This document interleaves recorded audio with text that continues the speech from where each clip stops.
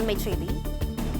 அதிமுக எம்எல்ஏக்கள் ராஜினாமா செய்து தாவேகாவில் இணைவது ஆரோக்கியமான அரசியலுக்கு ஏற்புடையதல்ல என சிபிஎம் தரப்பில் தெரிவிக்கப்பட்டிருக்கிறது. அதிமுக எம்எல்ஏக்கள் திடீரென ராஜினாமா செய்துவிட்டு தாவேகாவில் இணைவது விவாத பொருளாகிவிட்டது. இந்நிலையில் அவர்கள் தாவேகாவில் இணைவது ஆரோக்கியமான அரசியலுக்கு ஏற்புடையது அல்ல என சிபிஎம் தரப்பில் தெரிவிக்கப்பட்டிருக்கிறது. எம்எல்ஏக்கள் ராஜினாமா இயல்பாக நடந்ததாக தெரியவில்லை என்றும் சிபிஎம் தரப்பில் தெரிவிக்கப்பட்டிருக்கிறது. கூடுதல் விவரங்களை செய்தியாளர் ரகுபதி வழங்க கேட்கலாம். ரகுபதி, விவரங்களை சொல்லலாம். வணக்கம்.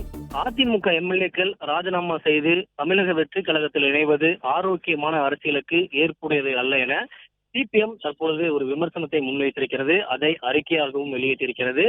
குறிப்பிட்டு சொல்ல வேண்டும் என்றால், அதிமுக எம்எல்ஏக்கள் நேற்றைய தினம் 3 பேர் ராஜினாமா செய்துவிட்டு தமிழக வெற்றி கழகத்தில் அதிகாரப்பூர்வமாக இணைந்து கொண்டார்கள். அதே போல் இன்றைக்கு ஒரு சட்டமன்ற உறுப்பினர் அம்பாசமுத்திரம் இசக்கி என்ற சட்டமன்ற உறுப்பினரும் இன்றைக்கு ராஜினாமா செய்துவிட்டு தமிழக வெற்றி கழகத்தில் இணைந்து கொண்டார். இந்த நிகழ்வை தான் தற்பொழுது சிபிஎம் ஆனது ஒரு கண்டன அறிக்கையாக வெளியிட்டிருக்கிறது.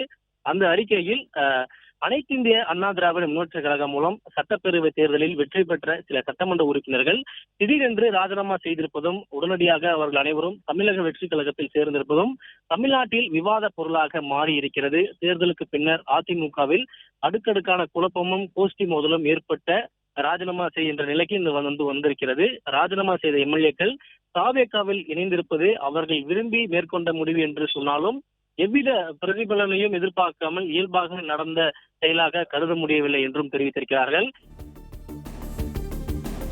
விவரங்களுக்கு நன்றி ரகுபதி. பிளே ஸ்டோர் மற்றும் ஆப் ஸ்டோரில் இருந்து பாலிமர் செயலியை QR கோடு மூலம் பதிவிறக்கம் செய்யுங்கள். செய்திகளை உடனுக்குடன் பெறுங்கள்.